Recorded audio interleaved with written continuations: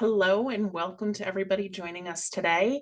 As we all know, all of our lives are extremely overwhelming and exhausting, and especially for the youth, SOLs at this time of year certainly bring us more stress.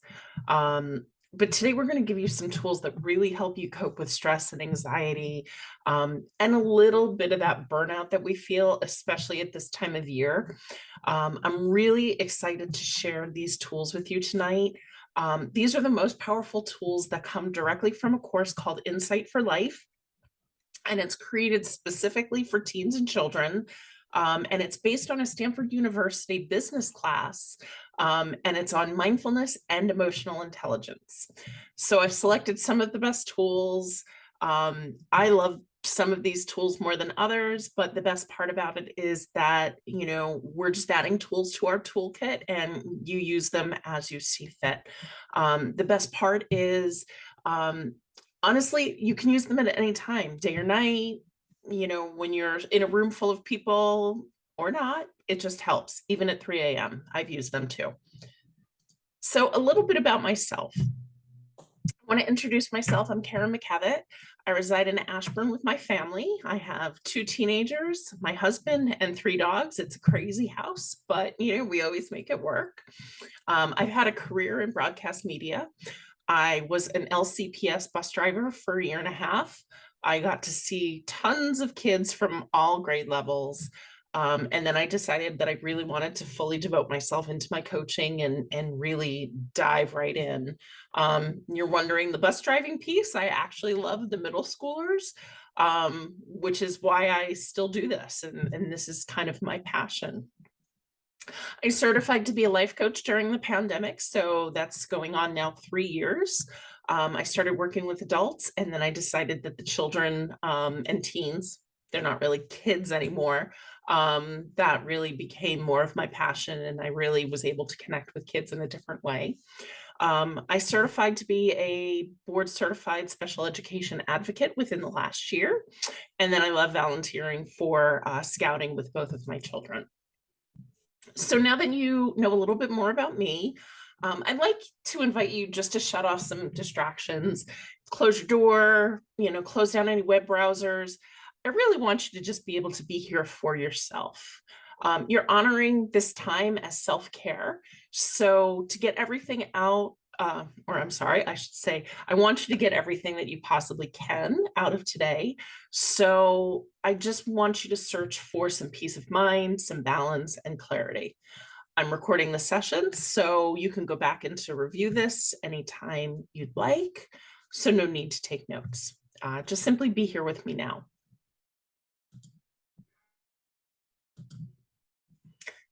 So May is Mental Health Awareness Month, which is part of the reason why I chose this early in the month to do this presentation. So it's really important to be aware of our added stress because of the past 2 years that we've all faced. The average adult stressors obviously include job stress, financial woes, family responsibilities, while our youth continue to put pressure on themselves to get good grades, to make the team, to have friends, but they also absorb the stressors from the adults around them, teachers, parents, guardians, whomever. Some stats from the National Alliance of Mental Illness, NAMI. 1 in 5 adults have experienced a mental illness.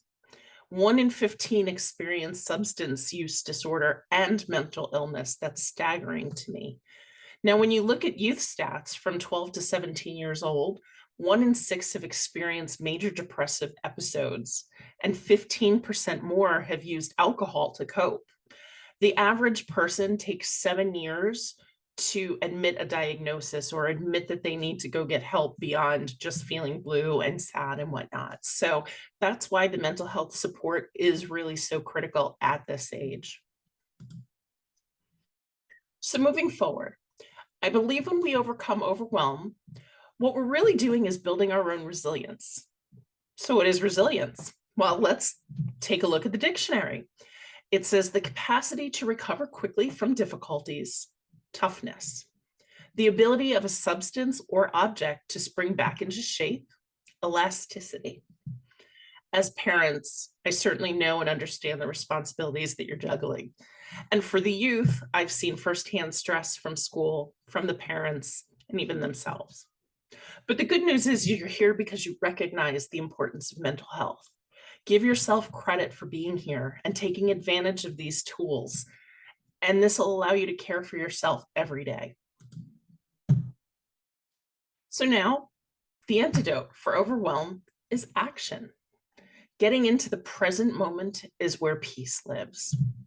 I want to ask you right now the question in the to answer the question in the chat right now, right here. Even if outside these four walls, life is completely stressful, right here and right now, are you okay?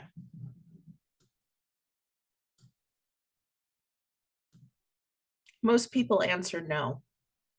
And that's because we're not focusing on what we need to get done in a few minutes. We're not worried about what we did 20 minutes ago. We're right here, we're present, we're accounted for. So the present moment is where peace lives. One of the most common triggers for anxiety and stress is getting lost in our thoughts. We worry about the future or the past. When we project into the future, we often worry about what might happen, and we experience emotions like fear and anxiety. Conversely, when we think about the past, we feel regret, guilt, shame even. This mental state of worry and regret prevents us from being present in the moment, and it robs us the opportunity of being our best creative selves and achieve that sense of inner peace. So mindfulness practices can help us stay grounded in the present moment and cultivate a sense of clarity and creativity. So we're planning for the future. We have to learn to distinguish between planning and strategizing with fear and anxiety versus doing so with clear and present mindset. Obviously, the two are extremely different. We want to go for that clear and present mindset. So in my coaching sessions, I like to guide my clients to look to the future while letting go of that worry, that fear, that regret, and that guilt. Instead, focus on the task at hand with a clear and open mindset. These are practical tools and techniques that can help you stay present in the moment and avoid getting lost in your anxious thoughts. These tools help you remain effective at work, at school, and they also allow you to foster a peace and clarity in your personal life. I can share anecdotally, I think of my poor mother. She was in a bridal shower one time and she decided to look at the favors they had given. And instead of saying potpourri, she said potpourri because she was trying to think about how to spell it. And, for the rest of her adult life, she sat there and I can't believe I said that. So, that robbed her of joy of remembering that moment because instead of thinking about how wonderful the event was, she definitely sat there and beat her up over one silly line that only she remembered. So I always like to bring that forward. So our first tool gets you into the present moment where peace is to focus on your five senses. You can't focus on your obsessive thoughts and worry. I'm sorry, let me re-say that. You cannot focus on obsessive thoughts and worry about the future while focusing simultaneously on your five senses: see, hear, taste, smell, and touch. So I'd love to do this in real time. I want you to actually experience this with me. So we're just going to begin with our eyes open, first invoking the sense of sight. I invite you to look now around the room you're in and just notice the shadows in the light. Now choose one color, maybe a blue or an orange, and count in your mind how many objects you can identify with that one color in the room. If I pick blue and I look quickly, I see about 5 or 6. I can't really think about anything else because I'm too busy counting in my mind. Now I want you to close your eyes and I want you to deeply breathe in, invoking your sense of smell. Still with your eyes closed, invoke the sense of sound. Besides my voice, what are the sounds coming from inside the room you're in? Can you hear those subtle sounds? Maybe it's the heater. Maybe it's a pet. Now, what are the sounds coming from outside the room you're in? Me, if I sit in stillness, I can actually hear the TV that my family is watching. I think they're watching Jeopardy as we sit here in chat. So now, still with your eyes closed, I want you to invoke the sense of taste. Gently run your tongue along your teeth and swallow. Now finally touch. Notice the way the air feels on your face, your arms, the way your clothing feels on your body. And now notice your breath. How on the inhale through your nose, it's cool. And while you exhale, it's warm. And when you're ready, open your eyes. Can you feel that very subtle shift of peace of mind, maybe even a stillness or a centeredness? So I ask you this question again. During your five senses check-in, did you worry about the future or regret the past? Yes or no? Chances are it's no. So can you imagine practically where you can use this tool? Have you ever found yourself wide awake at 4 a.m. and you're consumed by worry and anxiety? It's a common experience, but one that we can learn to manage through mindfulness. By engaging our senses and bringing ourselves back to the present moment, we can calm our minds and find peace even in the midst of stress and overwhelm. This is such a powerful tool that we can use not only in the early hours of the morning, but throughout our day. Whether we're dealing with difficult peers or simply just feeling the pressure of our busy schedule, taking a few moments to focus on our breath, our surroundings, and the sensations in our body can certainly help us find clarity, balance, and productivity. So the next time you feel yourself getting caught up in worry or frustration, try taking a mindfulness break. You might be surprised at how much more you can accomplish when you're grounded in the present moment. The next tool is one of my favorites. It's called the Calm Palm. And it's an anchoring technique where you can get out of your head by focusing on your hand. So this technique is great for children and teens. It can be done before a test or even at night to kind of help you fall asleep. Obviously, it's great for adults too. So for parents of young children, I personally think this is a great technique as you're trying to lay them down to bed, but instead of them doing all of the work, let's say, you just trace their hands for them. So how to do the Calm Palm is you take your non-dominant hand and put it in front of your face. I'm going to apologize now because it looks a little bit funny with my virtual background.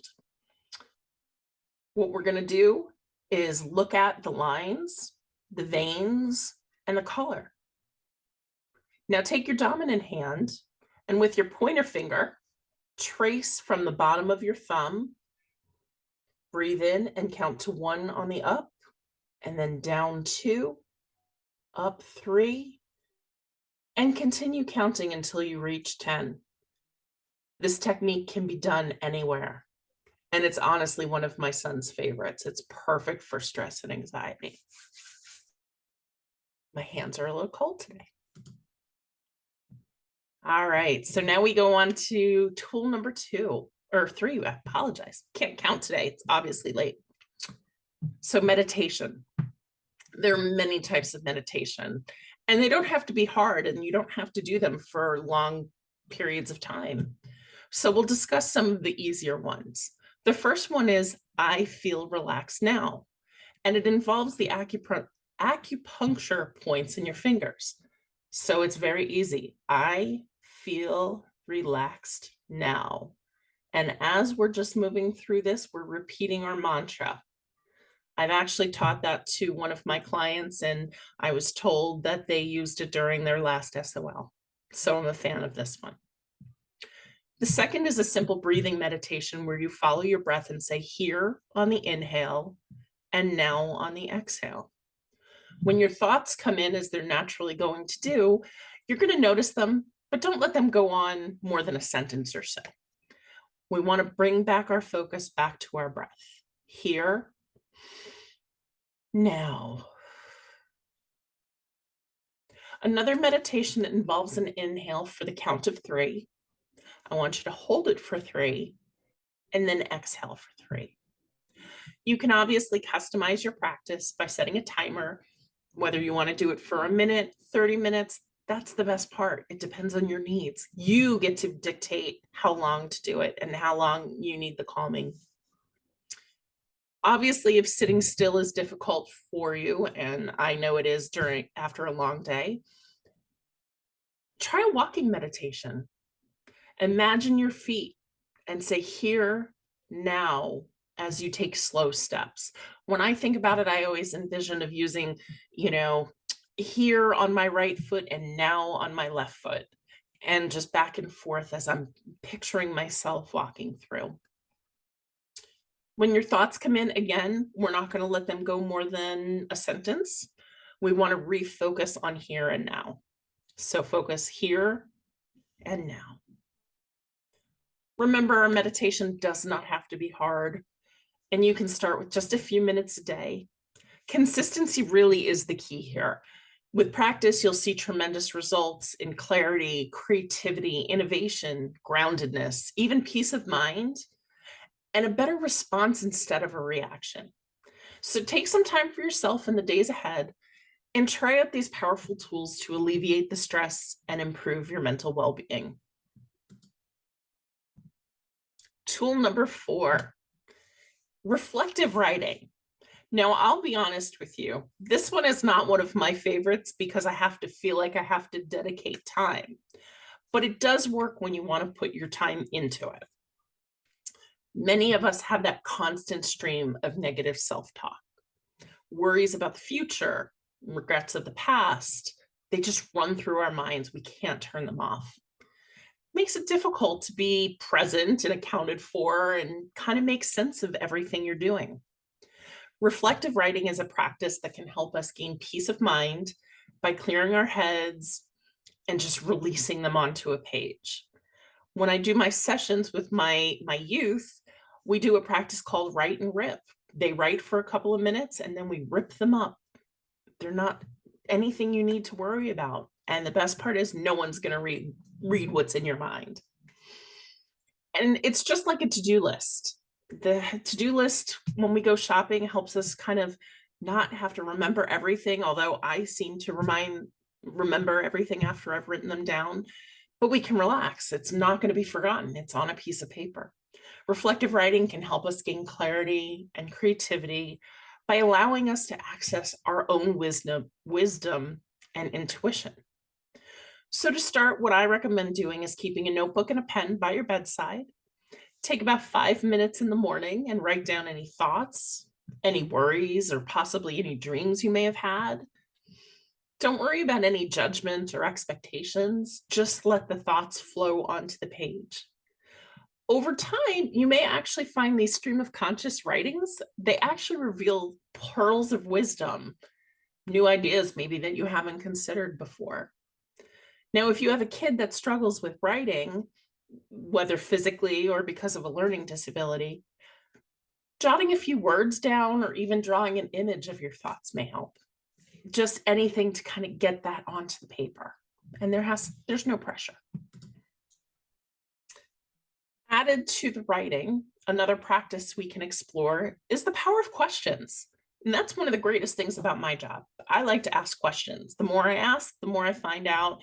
And it's really wonderful to kind of see that team brain just kind of reveal things in a way that I wouldn't have thought so before. Often when we ask questions of ourselves, we go to others. We want their advice. Their advice is going to be better than ours. But sometimes the answers are just within us and we just need to tap into that. So by asking ourselves some powerful questions, we can access our intuition, gain clarity. During week 4 in my Insight for Life course, I use this tool to explore the issues weighing on our hearts. In the exercise, what we do is we take a piece of paper and a pen and we think of one issue that's weighing on us. So for this practice, I suggest setting a timer for about 4 minutes and write a stream of conscious answer to the following 6 questions. What is the problem or challenge I'm facing? What is the root cause? What is the possible solutions? What are the potential consequences of each solution? What is the best solution for me? And what actions can I take to implement this solution? Now, remember, keep writing even if you finish before the time is up. Sometimes it's those couple of minutes after you've answered the question where you start to reveal your own personal answers. Throw these in a notebook as a question and answer sheet and have it folded and ready in a journal whenever you're facing a dilemma. By using one of the question sheets, a solution can promptly be derived without resorting to undue stress, stressing around your family, obsessive thinking. Like, it just kind of clears the room for you mentally. It may take multiple uses to get the question worksheets, into your everyday function. And sometimes it just takes longer to get your resolution, but over time you get used to the practice. All right, tool number 6. Let's go back to those restless nights. I stare at the ceiling. I stare at all of my to-do list, or, that pile of clothes that I didn't put away at night. We're all there, lying awake. 3 o'clock is my witching hour. I don't know if yours is at 4. Our minds race and constantly create worst case scenarios. It's like a little nightmare we're playing out in our head. Did you know the power of questions actually can help you calm down and fall back asleep? By asking yourself if the topic you're worrying about is definitely going to happen, you can start to let go of the scenario. Then you can focus on the fact that you are safe and okay in this moment. Always come back to your present. Finally, ask yourself, is there anything I can do about this right now, right here? Even small actions like doing a calming breathing exercise, calm palm, 5 senses check-in, they can all help you shift from fight and flight to rest and reset. It's a balancing. Always come back to center. Always come back to center. Be present now. Be here now. Living in right now is what's going to create your joy. Now, tool number 7, one of my favorites, and probably the easiest one to do on this list. Take a break. Go for a walk around the house, the office, outside, wherever you're able to. It doesn't have to be long, 5 minutes maybe. Take the color walk. Look for that one specific color for the few minutes you're up and about. Or stand up, shake it off. Thank you, Taylor Swift. Let's just shake it off for a minute. Stretch, wiggle, put movement into your body, and push out that negative energy. You can even just put on your favorite song and dance to it. Movement is your key to stress reduction. Tool 8. I have a lot of friends that swear by this, essential oils. Use that sense of smell and use aromatherapy. Lavender, chamomile, or any of these others. They help you create that peaceful environment in your home or your office. Set your environment up for calm and add some soothing music. You'll often find ocean sounds in my house at night, and that's definitely how I try to fall asleep. And now number 9 is actually our last tool for tonight. It's set worry time. It sounds completely crazy, I know, but set a specific time later in the day to worry about the things that are bothering you. When that time comes, and I like to set an actual alarm on my phone, so know that I do this, you'll find that all of your worries have dissipated. You can laugh at the absurdity of actually having a time to worry. Wow, I don't think I remember why I was worried 4 hours ago. It really does help. So as we wrap up tonight, I can't thank you enough for joining me tonight.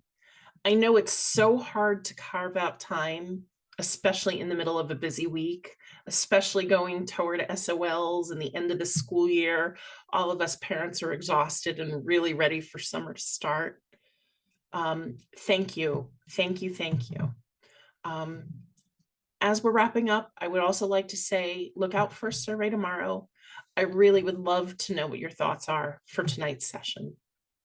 As a thank you for attending, please note that I have a discount for my program this summer. So if you know of or have a young someone in your life that could benefit from these tools, please feel free to share this information with them. I just gave you a very quick overview of everything that I cover, but I really try to make it a practice with the kids, and I do other exercises and try to really make these lifelong tools that they can definitely use. I hope these tools and techniques will help you cope with your stress and anxiety in anyday life, everyday life. I welcome you to share these tips, and I hope they benefit you. Remember, taking care of yourself is crucial, especially now. Thank you so much all for attending.